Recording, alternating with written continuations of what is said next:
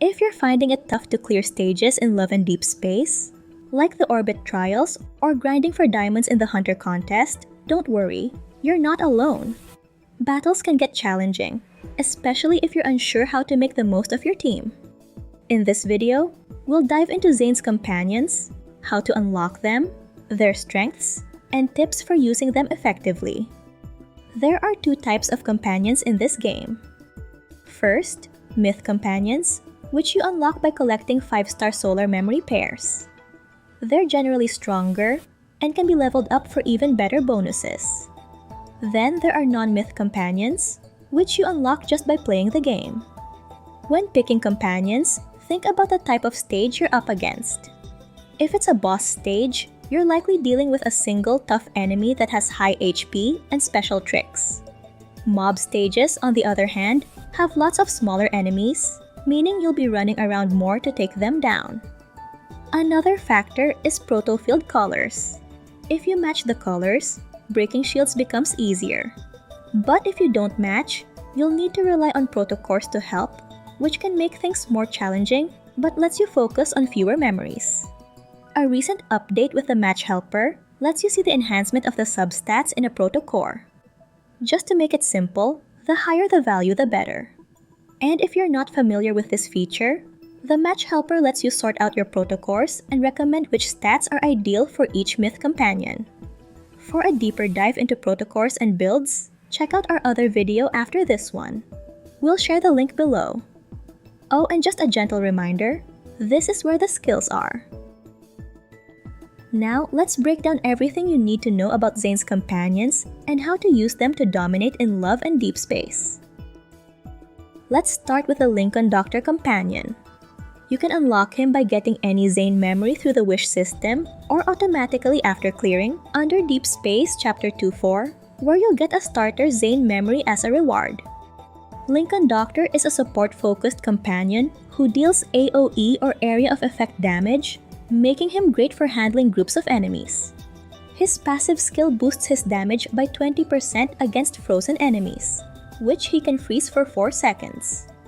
On top of dealing damage, his support skill also heals your team, which is a lifesaver for newer players struggling with low defense stats. If you're building him, aim for about 60 to 70% crit rate first. For boss stages, go for damage to weakened proto cores, and for mob stages, focus on crit damage proto cores. For weapons, the Hunter Sword pairs well because of its high speed, letting you take full advantage of the 4-second frozen debuff window. For beginners, Linkon Doctor is a solid pick because he's the only starter companion with healing ability. This makes him perfect for battles where you need to keep your team's HP above 50% to meet the 3-star requirements. Next, we've got Dawnbreaker.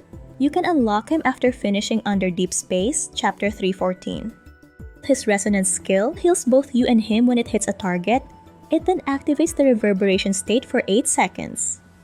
During this state, your team becomes harder to interrupt, deals more damage as enemies lose HP, and boosts the damage of the final attack in a basic combo.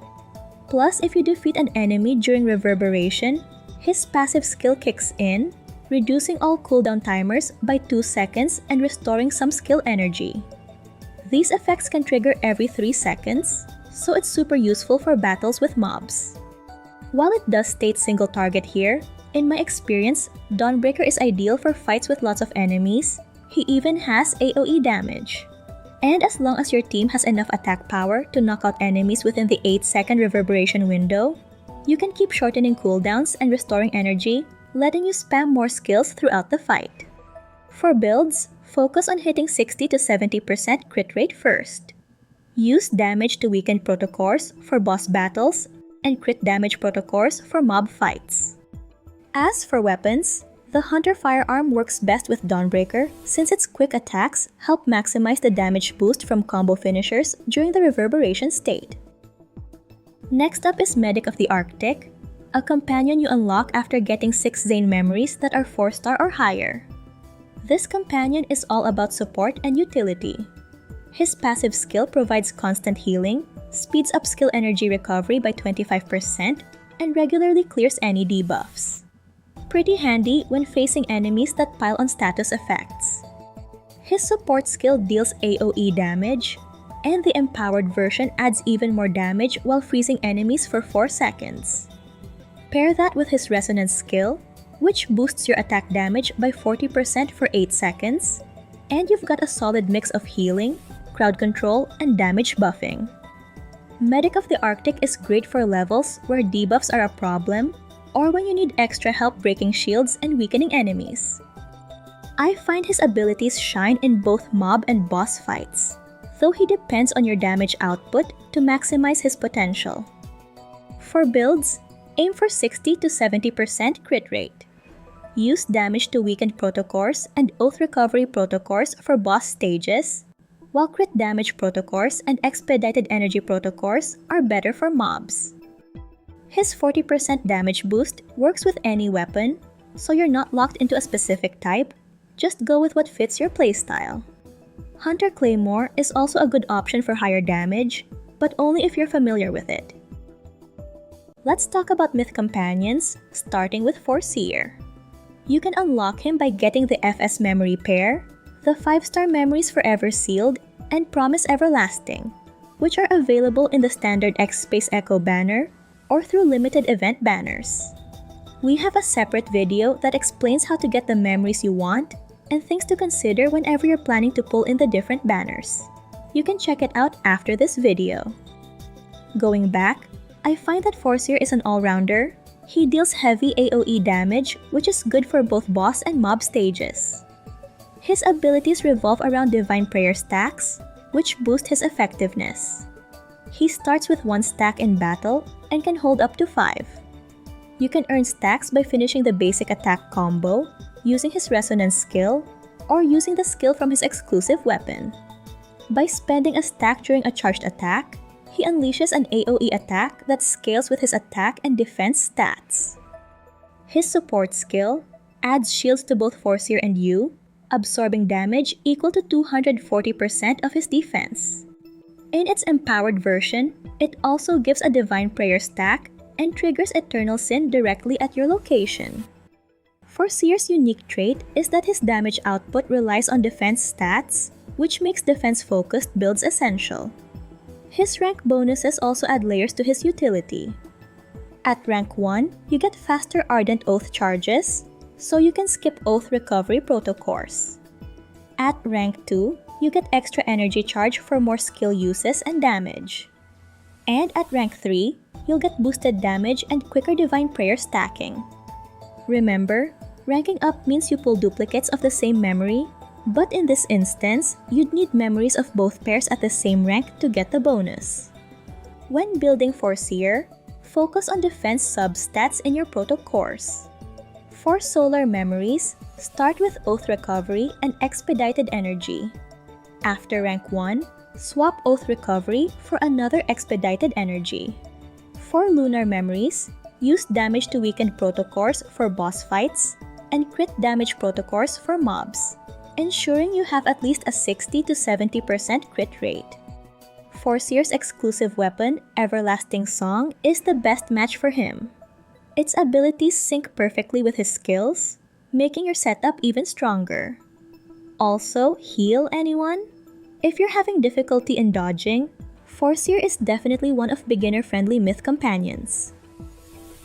If the video has been helpful so far, make sure to subscribe so you're always in the loop for the latest on Love and Deepspace updates and gameplay tips. Plus, it's an easy way to stay connected with a community that shares your love for the game. Finally, let's talk about Master of Fate, a single target-focused companion that's great for boss fights. You can unlock him by collecting the Snowfall Memory Pair, which includes the 5-star Solar Memories, Snowfall Encounter, and Snowfall Embrace, available through its limited myth banner or reruns. Master of Fate excels in battles requiring precise damage. His active skill delivers a flurry of quick strikes, making it easier to land critical hits. His resonance skill also hits a wide area, dealing solid damage while maintaining focus on his single target strengths. With Master of Fate, you start with increased damage output and reduced incoming damage. And as you rank him up to rank 1, it boosts Ardent Oath charge speed by 20%, helping you activate it more often while adding more damage. With rank 2, you get an extra energy charge, which allows for more frequent skill usage and cuts down active skill cooldowns. And with rank 3, you'll further increase damage and reduce cooldown times. Since Master of Fate's abilities scale with attack stats, prioritize protocores with attack substats.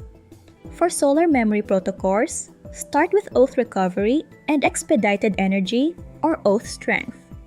Once you reach rank 1, you can swap Oath Recovery for another Expedited Energy to maximize efficiency. For Lunar Memories, the strategy is similar to other companions. Use damage to weaken protocores for boss fights, and crit damage for mob stages, keeping your crit rate around 60 to 70%. As for his weapon, go with his exclusive companion weapon. It's designed to complement his skills perfectly, making it the ideal choice to bring out this companion's full potential. Here's a quick side-by-side look at all of Zayne's companions. Don't forget that Foreseer relies on defense stats for scaling.